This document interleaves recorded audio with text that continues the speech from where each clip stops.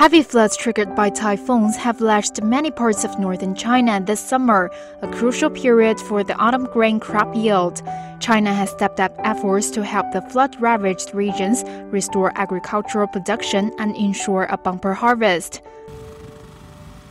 看水平了，调运了一些这个大型的排涝机械，你像柴油机组1台，正常这个水泵啊，柴油机水泵我们4台。 就是利用大约是不到3天的时间，内涝这块啊，大约将近200公顷的这个面积的水基本排除了。就苞米棒，你假如说没上到那个裤裆的地方，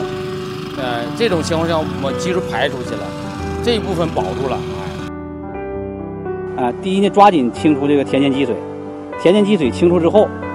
把这个压这个淤泥啊、什么沙石啊给它清出来，露出那个地。 采用喷这个叶面肥和植物上调野剂的方式，这是最起码调节它生长，促进它籽粒的那个成实。第二个呢，就是说喷一遍稻蚊病的药，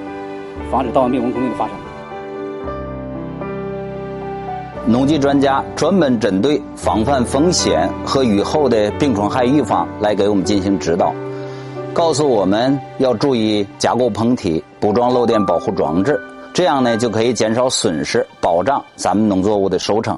According to the National Administration of Financial Regulation, the value of payments and prepayments by insurance companies had reached 2.54 billion yuan for 145,000 claims in China's 16 regions affected by disasters as of Tuesday. The government agency said it had mobilized banking institutions to formulate support policies promptly and increase credit extension for disaster relief and post-disaster reconstruction. 从我们市公司抽调了8组人员，